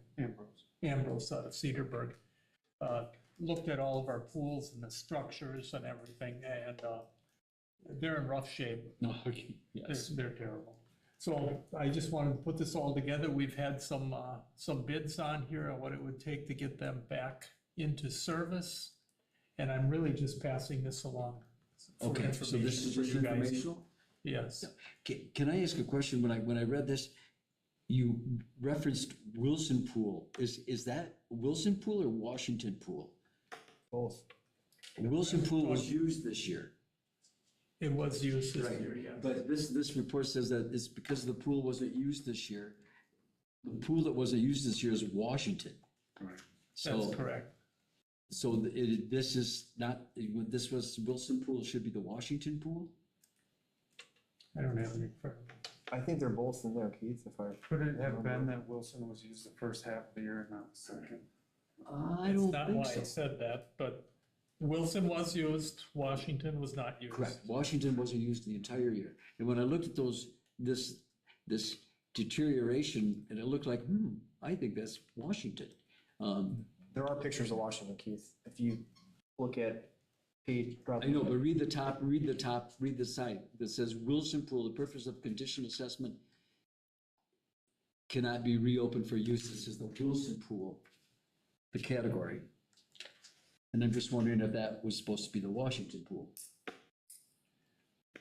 That should be the same wording, that's what the engineer used on both of them when he started his report. The third bullet says the pool has been closed due to concerns of observation. The pool at Wilson was not closed. Washington's pool was closed. I thought Wilson was closed during the year. It's empty right now. They stopped That's using it. Washington. No. What? Yeah, I think we only use it for a half a year or a period of time. Correct. I think that that's where some of this confusion is. And so then, so it's for a short period of time it was Oh, used. I see. But this Am I then is correct? only for the Wilson Pool. You're not gonna touch Washington Pool. I think when the engineer came, the pool was drained at Wilson at that time. So Washington was not used at all. Wilson, they did use, and they did their full, full program, everything they wanted to do. But And- Wilson's never been refilled since. No, we have not Christmas. refilled it, no. So I'm giving the condition of the pools, both of them. And the biggest piece for Wilson, it happens to be the air handlers and everything in there are not adequate at all. So that's another big piece. Washington, the air handlers are working in there. We don't know if it's tested 100%, but there is some air movement in there anyway. But the structures underneath are just deteriorating and decaying. Caracal Pools, who used to be in our district about a year or two ago, they're the ones who gave the bid of what it's gonna do to repipe everything and, Mike, can I ask, Mike, do we have a thought or recommendation that we should decommission both pools next year? It is on here. And then, Do not do not fill and use the pools for the next year. It's on here. and then it says to move the heating, the air handling unit from. So that's your, just for our purposes right now is filling this in. We can fill the board in on what's going on. And the recommendation out of your department is don't use the pools next year. correct, Okay? Except for Riverview Pool. Except for, right. the Riverview. All three of them are on And that's just to help the instructors in that for next year, so they can do some planning for their, Did they use Riverview this year at all? yes, Yo, they did. yep. The here. city. Another thing to think uses- about at the full board meeting is about the air handling unit from Washington to Riverview. Pardon me? Another thing to think about, to bring to the full board, is the recommendation, closing comments, move pool heater from Washington to Riverview. Oh, you're including Riverview in that no use next year too? Riverview can be used next. Can be. Did you, I'm sorry. One of the recommendations in here says to move the heater Oh, from Washington to the Riverview pool. So we don't just, because we're not, because they say don't use the Washington Wilson pool. right. But we can still use some of the parts, so that they're saying, let's move the heater to Riverview, and that would be pertinent to the full board, knowing that information, if we're gonna decommission two of the pools next year already. Gotcha. Yep. I don't know, I'm just trying to. Did you say air handling unit too? Or was that the heater and air handling unit? No, air So- handling unit is separate. Okay, so was there something about the air handling unit that's still good in Washington as well? Or it's working? It's working. We don't know if it's adequate. Okay. It's working. Anything else on that, Mike? Just for your information, we have Lincoln drained right now, and we're doing maintenance on it, filters and all that sort of thing. In the meantime, the sides, we have to recoat the sides of it. That's gonna cost us just under 20,000, but that's gonna be coming out of my budget. Okay. And, so that one should be back in good shape for the next 10 years. That would be very important for you to address the board next Tuesday on that information. Okay. Thank you.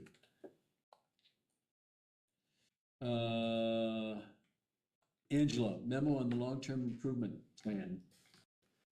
Just like quickly, do you want me to reflect in the minutes the recommendation not to use Washington and Wilson next year, correct? And then use. And you put in With the the minutes parts that the from- heater, Yeah, I would recommend. And the heater from Washington to Riverview. Yes. that can go in there. Excellent. Okay, so Fund 46 plan update was posted in board book. This is just an annual update on this.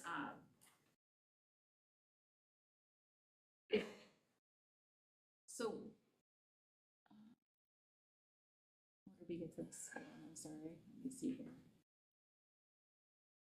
Oh, okay, I remember what happened with this. This is a very long document, and what I included at the link was the current plan that's on file for the Fund 46 project. So the name of the game is, if it's listed in the plan, you can do the work and fund it under that plan. So with Fund 46, we have to evaluate on a regular basis what's available, and then we also have the plan that we communicated with taxpayers that $400,000 would be moved into their annually for tech capital improvements. So I think it would be pertinent for Mr. Shaw to see a little asterisk saying, you know, Fund 46 pulling from for like certain different projects, so that when he asks the question, hey, where's this money coming from?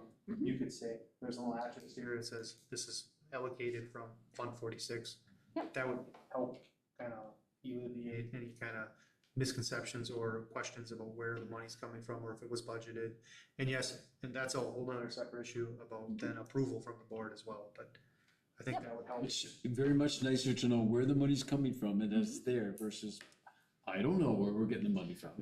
Yes, That's a little and- difficult. Yes, oh, for sure. And in the project planning document, that document that we had, it lists the planned funding source. So That's kind of like the general though. You know, I would appreciate it too. I'll speak for myself. sure, When there's a project that's coming through, you could have a Take it little from the asterisk, source. Sure. you know, saying, hey, well, this is gonna be allocated from this fund. So that because otherwise it gets lumped together and then you might be pulling from 3 different fund balances to pay for certain things. And Mhm. which it probably happens 99% of the time, but it would be nice to know where you're paying for it from. Yes, correct. So, Excellent yeah, and we can do suggestions. that. That's not. I'm just saying, that's yeah. probably gonna help everybody. Excellent. And some, yeah, no, that's not a problem. So, I need a The motion reason- to, are you done? oh, just, the reason we need to bring this here and just have an updated plan approved is because we can't pay for any projects. I think that's why you need to have this document, because it Yeah. has to be on Fund 46 capital plan, otherwise we can't even use it towards that. So So it's just an update, so. Okay. I make a motion to You need a motion the to approve updated your, plan. you need a motion to approve your updated plan? Yes. I need a I just did motion. it. Thank you. Second, Chris, thank you. All those in favor signify by saying aye. Opposed? Thank you. Okay, and then the Fund 46 transfer authorization, this is something every year that we bring to the board. It's not required that the board approves the fund transfer to Fund 46, just by policy. It's entrusted that I invest the money where we feel it will give us the biggest bang for our buck. But just out of courtesy and information, wish to have the board authorize it annually. So part of it is having that plan on file and everything, and we've gone through, there's a little bit of a history in there about how what deposits we put in there, and the biggest benefit for the district is that we get aided on the money that we move over to Fund 46. But we can't use it for 5 years. We've already gone already through that expanded. 5-year waiting Okay. period, and so we can. So annually, you know, it's always advantageous for us to, if we have funds that are unspent, that we put them into Fund 46. So as we work to close out the budget year, we work as quickly as we can. Had a lot more delays in the district this year with people spending later and later and later, and so that backs us up a little bit, but we work the best we can to get things closed out, and we make an estimate and a recommendation. I'll share that with Jim, you know, by July 30th, so it's not the 31st. So, you know, we have to come together with as much of the closing of the books as we can by that point to make a recommendation or make the transfer. So you give me the authority to do that, and I take care of it. I need a motion to accept this transfer and give her the authority to make that transfer into Fund 46. I will make a motion to authorize the transfer fund to 46. Thank you. Second? I'll second it. Thank you. Discussion? All those in favor signify by saying aye. Aye. Thank you. Thanks, Angela. Budget amendments, that's a real quick one as well. Just have these in here just for our regular budget amendments, and periodically throughout the year, working just to bring these in a more regular basis. The only major change besides general changes within the budget itself that's already approved is we've had just an increased amount of earnings on investments, more than we planned. So we were conservative in budgeting that, so we are about $400,000 projected over at this time. That's We've good had, news. so we've had some additional overtime expenses. It might be, you know, closer to 500,000 by the end over, but one of the biggest things that we've got to get a hold on as a district is some overtime expenses. So those monies will be used to cover those expenses. So, Obviously, what department is that coming from? huh? What department is that overtime coming from? Oh, it's, you know, the overtime, it's all departments in some way, shape, or form. So I have a 10-year analysis on our overtime. One of the biggest challenges we've had is when we went to Skyward timekeeping. Okay.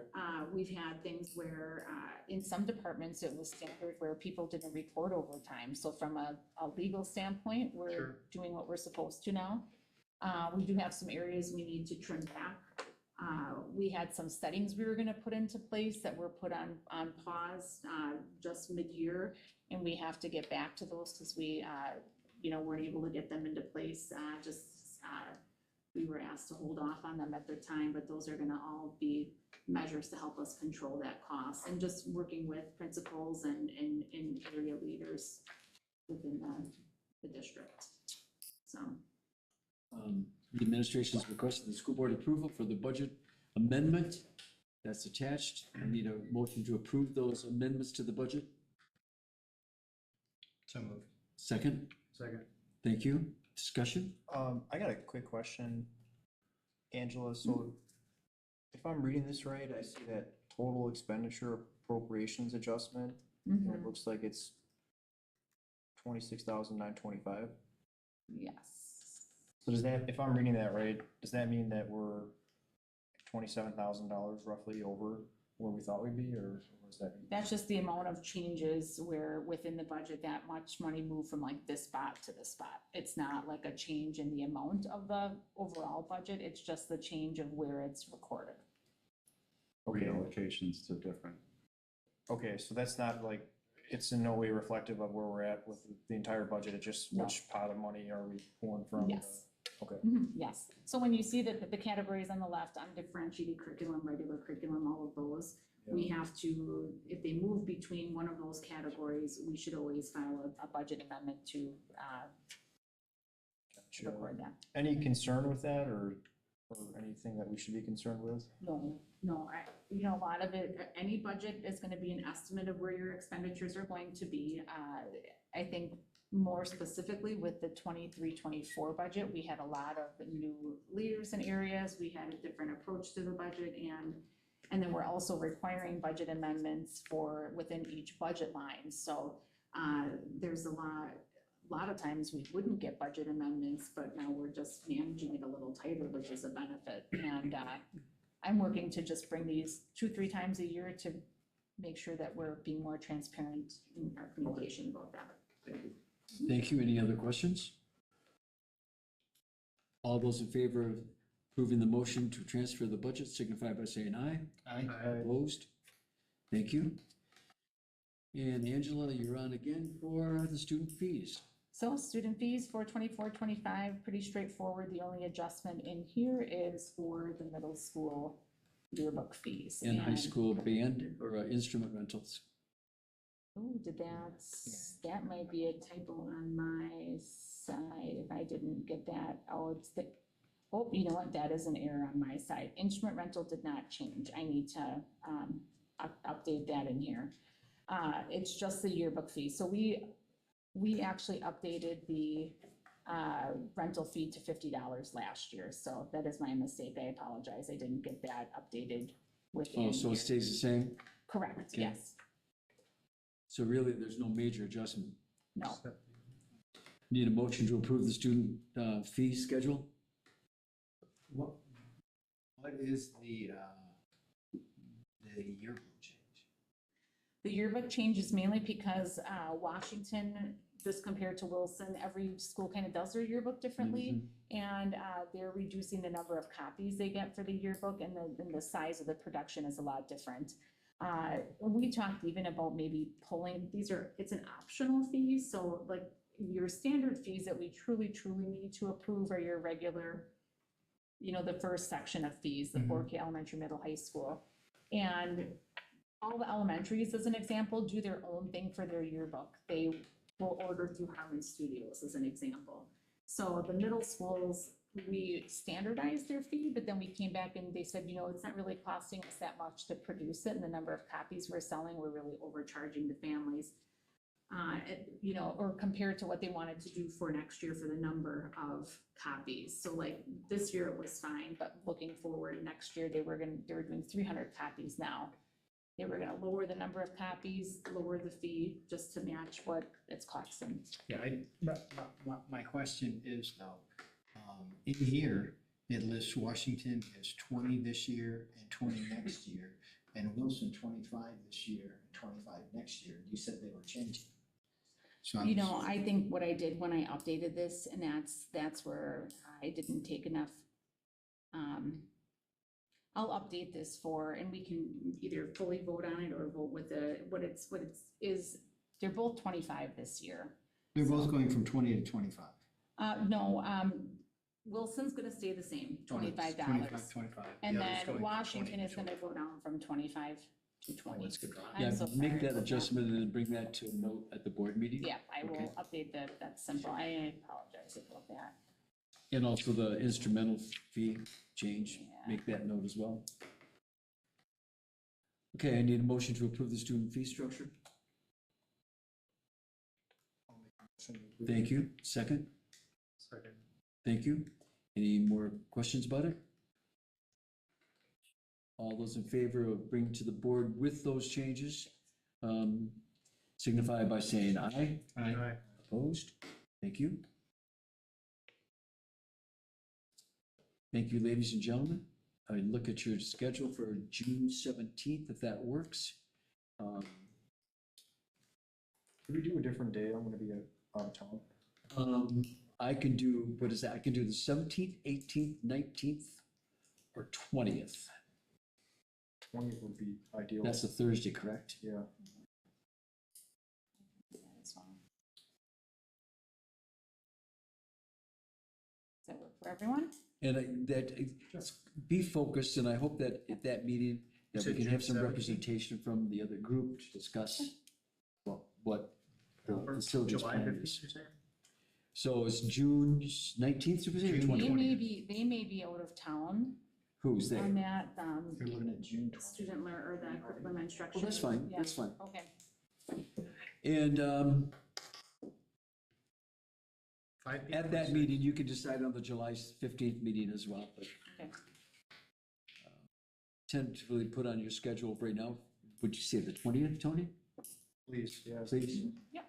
Matt's okay with you? Chris, 5 okay with o'clock, you? 6 All o'clock? right, so let's change that. It's fine. 5 o'clock would be great. It's fine, let's do it. Okay. All right, I need a motion to adjourn, Yeah, thank because you. we're closing in on my bedtime. I need a motion to adjourn. Move to go to bed. Second? Thank you. All those in favor, say aye. Thank you. Sorry it was late, but actually a pretty good meeting. I learned a lot. I still don't know where the 1.2 million is coming from, but I learned a lot. Let's see where that goes. It'll be there. In a couple minutes. Yeah. Thanks, you guys. Thank you.